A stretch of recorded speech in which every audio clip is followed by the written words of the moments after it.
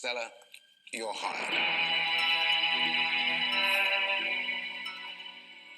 Sugar.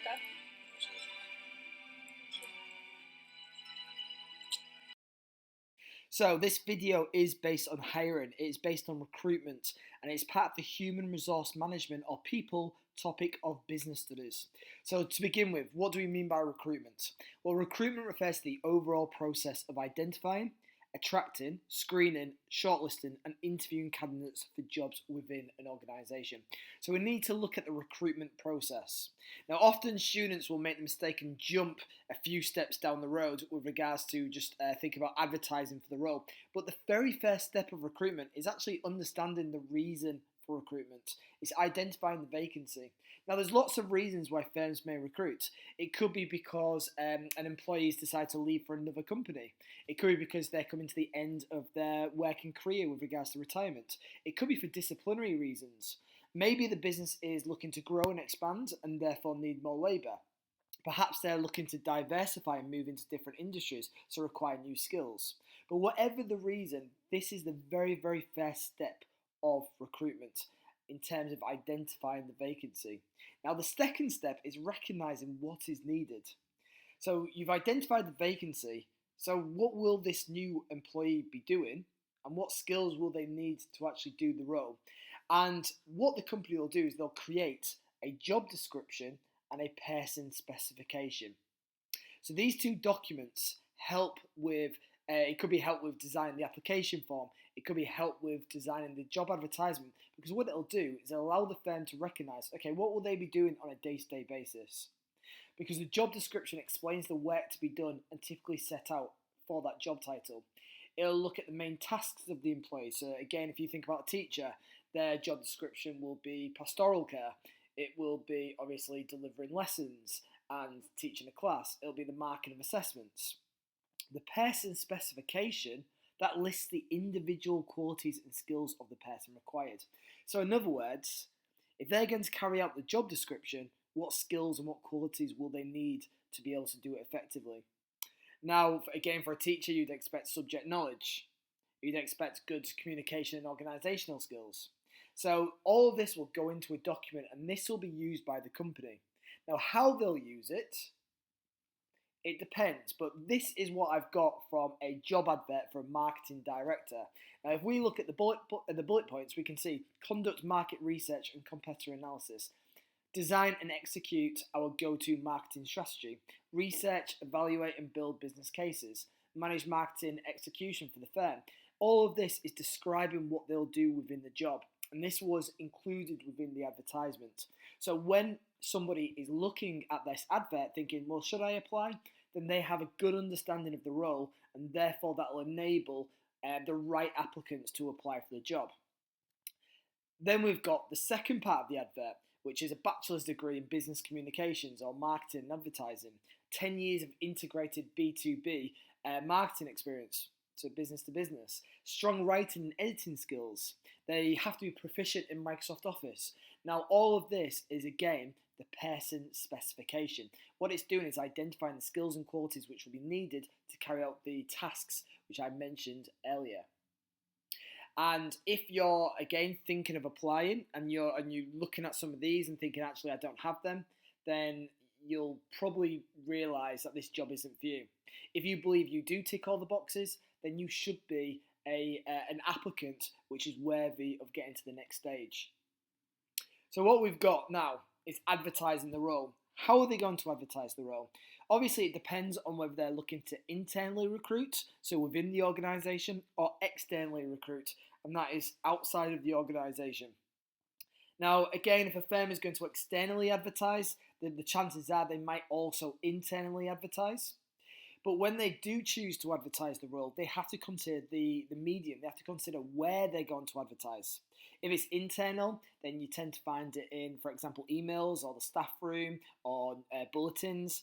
If it's external, then again, what type of role is it? Who are they going to attract? Is it going to be more local? Could it be national? Again, is it going to be based on, if it's a very specialist role, then will they look at specialist websites? Will they use recruitment agencies to help them to target the right people to obviously advertise to? Once they've advertised and once they've decided all of that, what in terms of what I've just said, then it'll be the shortlisting. Now, the shortlisting will be based on those two documents that I mentioned before, the job description and the person specification. That will have allowed a criteria to be created, and that criteria will allow the employers and the firm and the HR department to narrow down the applicant pool. Now, if you've got lots and lots of people applying for the job, then clearly you do not have the resources in terms of time and the cost to interview every single one of them. Some of the applicants might not be, again, worthy of an interview. Now, you don't want to waste time interviewing those individuals. So the shortlisting allows you to match the criteria which was created earlier based on, obviously, the applications you've received. Now, how these applicants will apply, again, it depends on the company. Some will accept a CV, and their CV is obviously personally made by that individual, showcasing their skills and their qualities, as well as experience. But usually it's an application form that has already been created by the company, and it's been created in a way in terms of what they're looking for. And once they obviously submit this application form, it'll go to the employers, and that's where the shortlisting begins. Now, at certain points, shortlisting is absolutely crucial. So what I've put here is shortlisting, the process of identifying those candidates who best meet the selection criteria for the post. Now, this is a newspaper article that I found, and it's just telling you about some jobs that have thousands of applicants. And if we look at economic shocks such as the Great Recession or the pandemic with the coronavirus, then you're going to get more people unemployed looking for work. So as it says here, the most popular role was an entry-level position at a paralegal, which received 4,228 applications. You cannot interview all of them. So what they have to do is they have to shortlist it down to make sure that they're using the time and the resources effectively.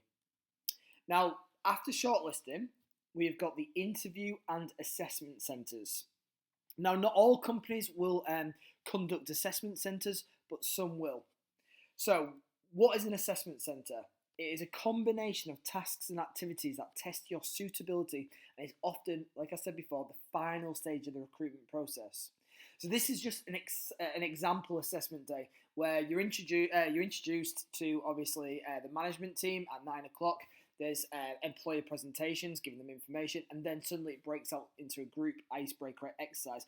Now that might be to do with getting testing certain skills. It could be in terms of presentation skills. It could be in terms of communication. But every single aspect is testing them in some way. So it could be the psychometric test at 10 o'clock. It could be the group exercise with regards to teamwork at 1:45. It could be just in terms of the assessment interviews at 1:45, where the assessment interviews, again, it could be in a range of different ways, but they're interviewing them, maybe it's one-to-one, and it's asking them decided questions which will be asked to every single applicant.